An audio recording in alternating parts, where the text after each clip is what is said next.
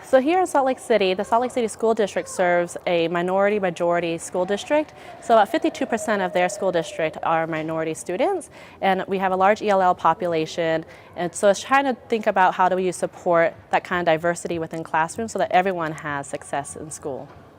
So Salt Lake City and the Salt Lake City School District are coterminous, so that means that they share the same boundaries, but we don't actually share the same governance.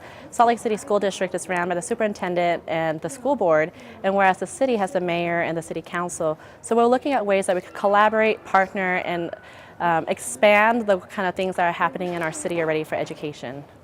The mayor's vision for the city is a city for everyone, and if you want everyone to be included in the city and be successful in the city, one of the first things is making sure that education is accessible to everyone. So what motivates me every day is thinking about opportunity gaps and educational equity in the city. I was a child of refugee parents, born on the West Side, and I think my academic and professional success is always celebrated as an outlier.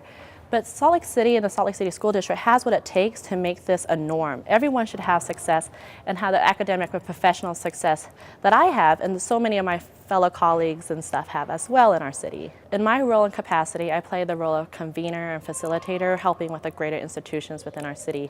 So we're looking at the school district, higher ed institutions, non-profit organizations, and any other entity that really wants to partner and create educational equity. Right? So my first goal is really thinking about how do I partner with everyone? How do I make sure that the voices are heard? And then the things I'm really focused on is the school to prison pipeline and early childhood education. The school to prison pipeline is a national trend where students are being pushed away from the school system into the prison system through the juvenile justice system or the criminal justice system. And that happens indirectly through suspensions and expulsions at schools or directly through citations and arrests through police officers. Suspensions and expulsions are really important because research shows that if you are suspended, you are 3 times more likely by 10th grade to drop out. And if you drop out, you're 3 times more likely to become incarcerated later in life. Utah is one of a dozen states that has a law on the books regarding school resource officers and contracts.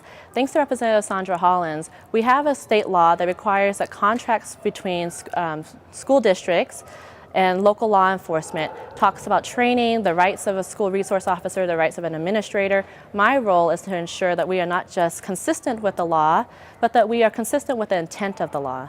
Early childhood education is the second thing that we'll focus on at the city because we know that if we support students earlier on in education, we provide less remedial supports later on in their educational settings. Utah is one of 9 states that does not provide for pre-K services at the state level, so it takes a lot of local effort to think about how do we support kids so that any child that wants pre-K services does not end up on a wait list or is denied services. So if you're interested in learning more about the school to prison pipeline or early childhood education or anything that the mayor is doing in regards to education, feel free to contact me. I'm more than happy to sit down and talk to you and discuss what's going on in our city and what our goals and priorities are.